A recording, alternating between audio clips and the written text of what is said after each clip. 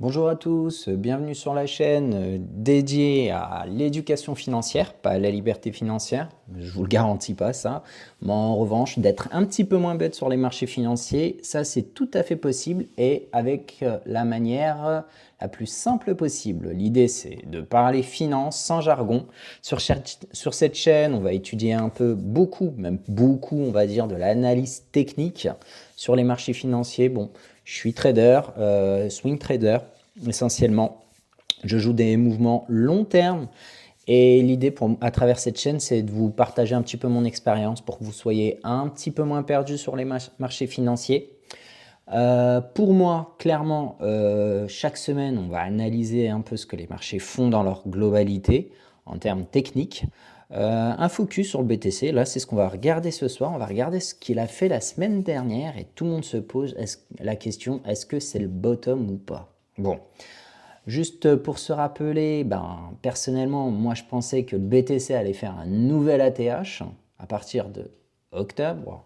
On parlait de octobre, mais finalement on a eu un mois d'octobre catastrophique, voire le mois de novembre pour le moment très catastrophique. Clairement, moi, selon mes indicateurs techniques, la situation, franchement, ça sent pas très bon, personnellement. J'ai été rivé sur mes écrans à cette période, vraiment, un coup ça monte, un coup ça baisse, un coup ça monte. J'étais un peu comme ça.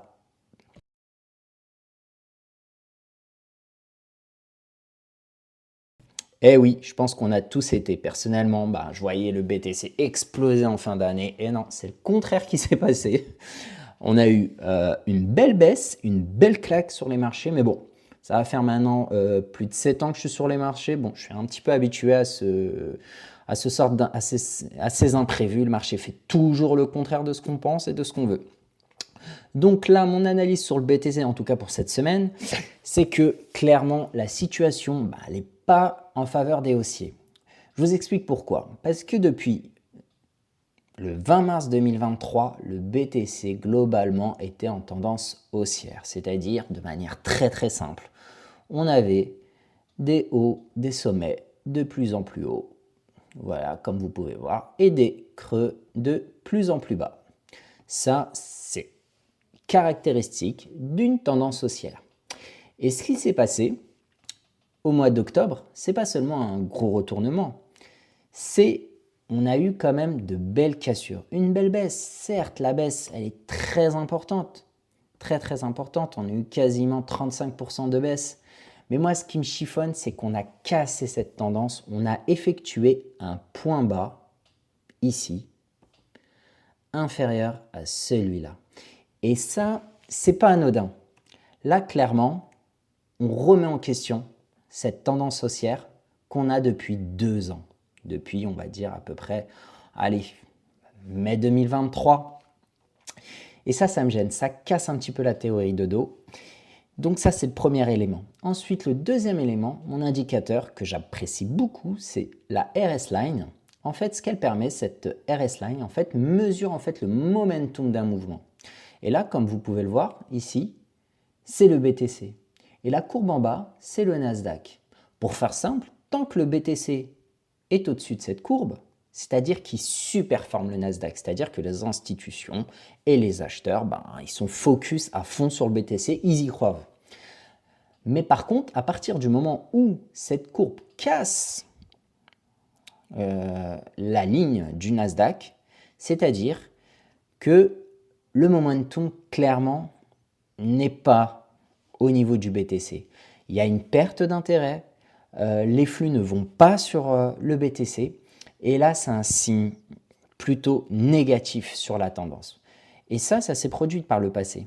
À chaque fois qu'on a cassé cette courbe, le BTC est en zone très dangereuse.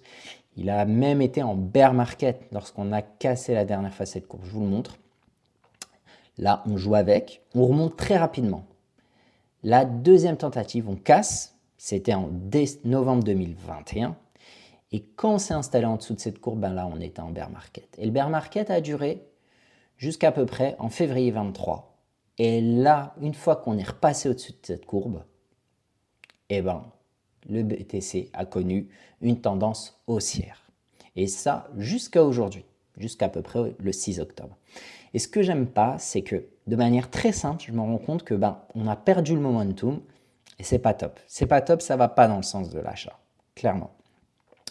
Ensuite, mon deuxième indicateur, ce sont les moyennes mobiles. Tout le monde en parle. Vous allez sur toutes les chaînes YouTube, on vous en fait un pataquès. Mais c'est pas pour rien. En fait, c'est vraiment un indicateur qui est puissant. Surtout la moyenne mobile, ici, qu'on voit 50 périodes.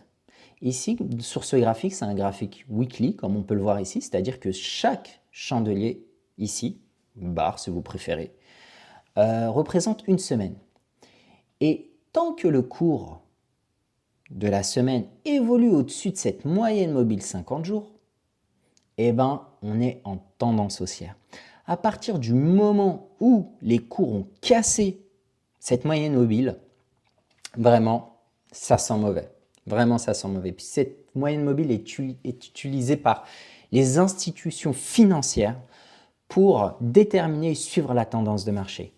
Donc, en général, quand on casse cette moyenne mobile, il y a un désengagement quand même des flux financiers. Moi, personnellement, pour être tout à fait transparent, j'y ai cru jusqu'au bout. Mais à partir du moment où on a cassé cette moyenne mobile 50 périodes, c'est-à-dire 50 semaines, soit 200 jours, eh ben, j'ai allégé mes positions pour être tout à fait transparent. Même si aujourd'hui, on constate un rebond, mais ça peut être un rebond technique. Attention, ne pas tomber dans le piège. En tout cas, je vous alerte. Après, vous n'allez pas me dire, bon, s'il fait to the moon dans 2 semaines, bon, j'ai une grosse doute, vous n'allez pas me dire, bon, écoute, tu t'es complètement trompé, je le reconnais, mais là, la probabilité, c'est pas tout à fait ça. En général, dans une tendance baissière, ce qui se passe, qu'on peut constater, c'est qu'on va avoir des baisses, comme là, suivies de rebonds, et qui continuent sur des baisses. Voilà. C'est souvent ce qui se passe. C'est-à-dire que là, on peut tout à fait avoir un rebond, et ensuite connaître une baisse encore plus violente. Donc, il faut que vous fassiez attention, que vous soyez d'équerre sur votre money management. Ne faites pas all-in, vraiment ne faites pas les fous. Soyez sincère avec vous-même. Ne pas être dans le rêve, être vraiment dans la réalité. Soyez pragmatique, ayez une méthode. Et je suis vraiment là pour ça, pour vous enseigner un petit peu certains éléments de base qui vraiment m'ont aidé et qui m'ont évité de faire des grosses bêtises et même pas mal gagné. Donc aujourd'hui, mon premier indicateur, la RS Line qui mesure le momentum, est négatif. Deuxième indicateur, mes moyennes mobiles, surtout la moyenne mobile 50 périodes, c'est-à-dire 50 semaines qui est cassée. Et mon troisième indicateur qui est très connu, c'est le RSI. Le RSI, je ne vais pas réinventer l'eau chaude. Pour faire simple, à partir du moment où le RSI évolue au-dessus de sa zone de neutralité, qui est à peu près à 50, eh ben, le BTC reste acheteur. À partir du moment où on la casse, ça devient dangereux. Et là, regardez, depuis le 23 février 2023, on était au-dessus. Et là, on vient de le casser. On vient de casser en plus cette zone de neutralité après une très forte divergence baissière du BTC. Clairement, ça, c'est mon troisième indicateur qui me dit « Faté, fais attention. Vraiment, faites attention. » La dernière fois qu'on a cassé le RSI, en weekly, je dis bien en weekly, on est rentré en tendance baissière. Regardez, là, on évolue toujours au-dessus. Et là, on le casse, le 3 janvier 2022. Et qu'est-ce qui se passe? On rentre en marché baissier. D'accord? Pendant au moins 1 an. Donc, mes 3 indicateurs ont fonctionné sur le précédent marché. Regardez, le 20 décembre, on a la RS Line qui est cassée. On a la moyenne mobile qui est cassée. On a le RSI qui devient négatif, c'est-à-dire qui passe en dessous des 50. Donc, ces 3 indicateurs me font croire et me laissent penser que nous sommes dans une tendance qui n'est pas en faveur des acheteurs. Donc, faites très attention à votre money management. Ne cramez pas vos comptes. Attendez peut-être une meilleure opportunité pour vous placer. Mais en tout cas, là, clairement, vous êtes dans une période assez délicate. J'entends pas mal de personnes me dire qu'ils font du DCA, mais faites attention aussi avec cette méthode. Essayez d'avoir une stratégie plus solide, personnellement. Moi, là, je sais qu'il y en a qui vont déjà dire « Mais attends, Faté, le BTC a rebondi de quasiment 13% en l'espace d'une semaine. Tu te rends compte, je suis d'accord, il a rebondi.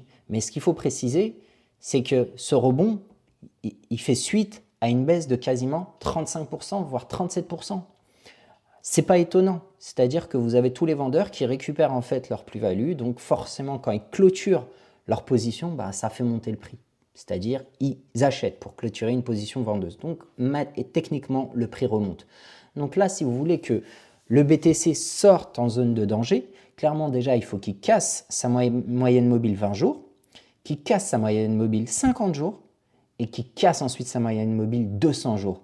Ces trois moyennes mobiles constituent des résistances que le BTC devra casser. Croyez-moi, on ne casse pas des moyennes mobiles comme ça. Il faut des flux financiers. Et là, actuellement, on observe que ces flux financiers ne vont pas sur le BTC. En tout cas, mon indicateur RS Line me démontre que le momentum n'est pas en faveur du BTC. Le Nasdaq fait beaucoup mieux que le BTC. Donc, c'est pas top. C'est pas top. Après, si demain, il fait plus 30%, vous allez me dire, Faté, tu t'es trompé. Je suis d'accord. Il n'y a pas de sujet. Mais personnellement, j'ai des doutes. Je ne pense pas que le BTC fasse ça, un V, et repart directement. Personnellement, voilà, ça m'étonnerait. En revanche, qu'il fasse ça, qu'il reparte comme ça, la probabilité sont plus fortes. Je parle en termes de probabilité. Mais aujourd'hui, personne n'est en mesure de vous dire ce que le BTC fera, personnellement. Moi, je vous parle en termes de probabilité. Mes indicateurs techniques démontrent, à mon sens, qu'il ne va pas dans le sens des achats. En tout cas, si vous souhaitez quand même vous placer, soyez prudent et un money management le plus sérieux possible. Ne cramez pas vos comptes, soyez responsable, faites de la gestion comme un bon père de famille. C'est très important. Et peut-être qu'à l'occasion, vous aurez des opportunités pour vous replacer, clairement. Ensuite, pour aujourd'hui, c'est tout ce que je voulais vous dire. Écoutez, si vous avez apprécié ce contenu, n'hésitez pas à mettre des likes, à vous abonner à la chaîne, à cocher la petite cloche qui vous alertera à chaque fois que je publierai du contenu. Je vais essayer d'en publier régulièrement, que ce soit sur des analyses techniques ou des analyses plus profondes, macroéconomiques. Je suis dans le domaine. N'hésitez pas, si vous voulez me donner de la force pour que je continue à publier ce type d'analyse, mettez-moi des likes, abonnez-vous à la chaîne et je vous dis à bientôt. J'essaie de faire des vidéos régulièrement, en tout cas peut-être tous les jours. Et prenez soin de vous, passez une bonne semaine.